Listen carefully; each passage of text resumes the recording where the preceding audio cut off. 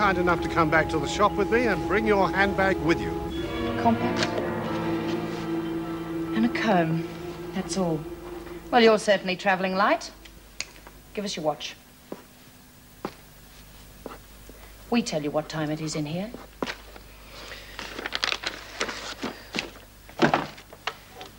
Sign. I said sign it! I'm sorry, I just forgot, that's all. Yeah, I've got it here. Trying to make a bit on the side, eh? Not bad. $40 on your first day out.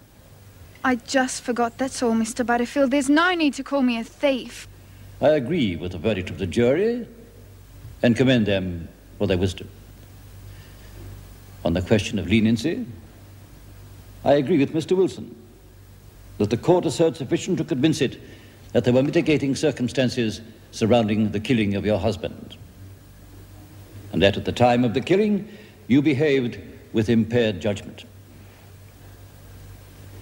I therefore order that your sentence be reduced to 2 years, and you be given credit for any time you have spent already in custody.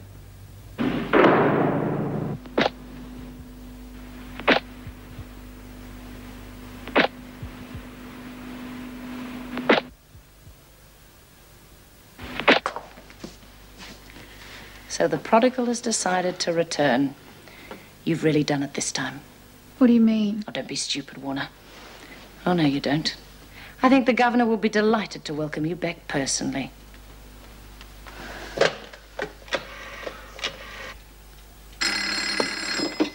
Yes? She's back. Jean, hold on, please, Vera. I'll see her first. I'll see the offender is searched and checked before I bring her into you. But it's regulations.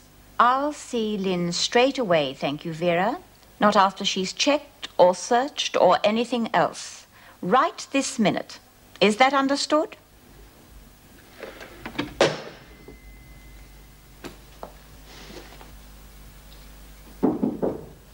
Yes?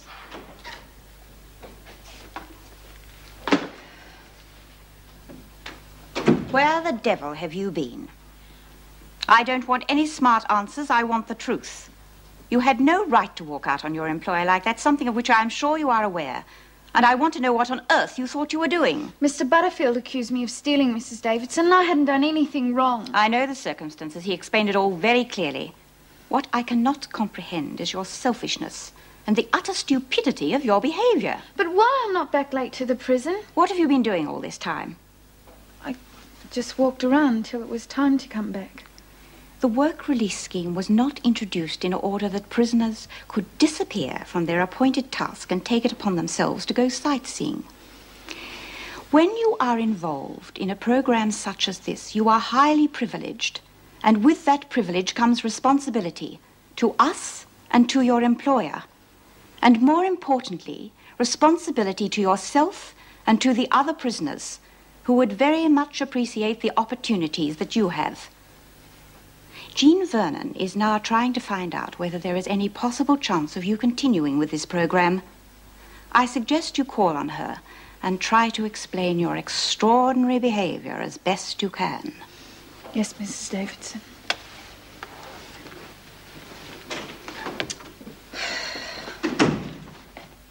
Was there something you wanted, Vera? Are you saying that that girl is getting another chance? If it can be arranged, yes. But that's irresponsible. Why? Do you think Lynn deliberately set out to defy us? I told you this. We may have to increase supervision, but there is no reason why we should let one girl's stupid mistake ruin a scheme which could benefit so many others. If the experiment can be continued, then we shall do so. That will be all, Vera.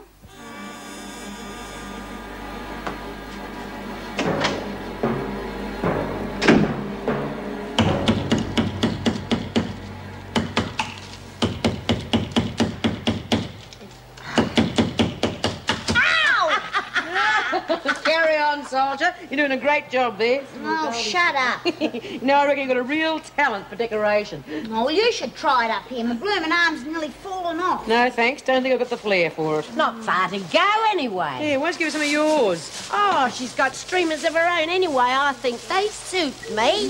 There we go, girls. What's going on in here? Good morning, Miss Bennett. Well, Read for yourself. Just a little celebration we thought we'd put on. Travers was found guilty of manslaughter instead of murder. That puts her on the wrong side of the law in anyone's book, along with the rest of you. Oh, now, that is a bit unkind. Now take these decorations down immediately. There'll be no celebrations. Oh, yes, there will, Miss Bennett. Well, I'll see the governor about it. I've already done that. It's fine with her. That old cow gets worse and worse. Oh, you're not kidding. Now, girls, what do you reckon? Oh. So, you just left Sid Butterfield cold.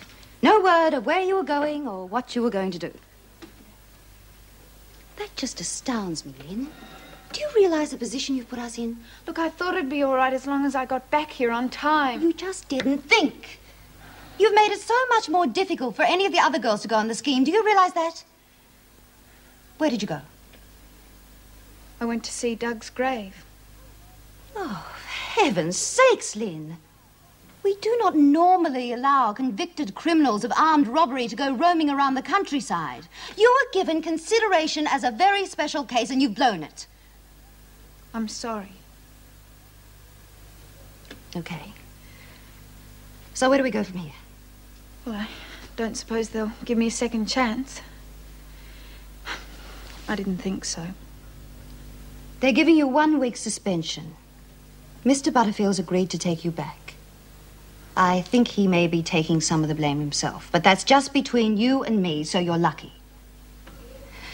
But if you do it again, I'll personally wring your neck.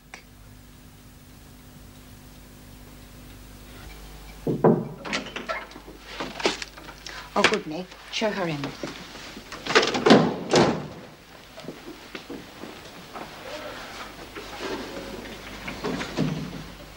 Susan Rice, I believe. Don't hedge, Rice. We've checked your fingerprints. I would appreciate an answer. You have 2 previous convictions in other states for shoplifting. Correct me if I'm wrong. Your husband's name is Frederick Rice. You have 2 young children, and your last known address was Ithaca Road, Manly, New South Wales. As you have probably been told, you are entitled to 1 phone call being made on your behalf. Would you like us to contact your husband? No. What about your children? Wouldn't you like to know how they are? They're with my mother. Then we could call her. You will be held overnight until the magistrate's hearing tomorrow morning, when the matter will be dealt with immediately, or you will be sent for trial. Is that clear? Do you have any questions? You will give the details we will need to contact your mother to Mrs. Jackson. That will be all.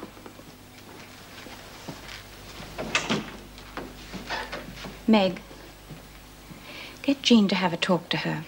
There's something a little strange about that one.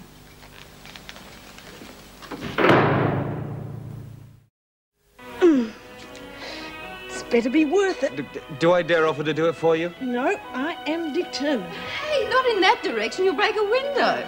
And not at me. Not at me either. Oh!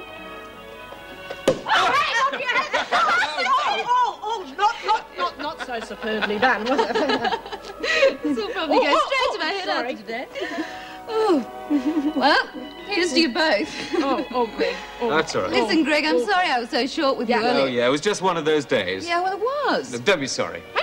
Accept an apology when you get one, Greg. They're few and far between. Well, I should drink to you both and hope that one day I can fathom out what goes on inside those heads of yours. To us. Oh, that'll be Steve. Come in, Steve. Hi. We didn't wait for you. Oh, well, I should hope not. Thank you. Oh, we're not going to be too Take wonderful us tomorrow home. morning, are we? Evening.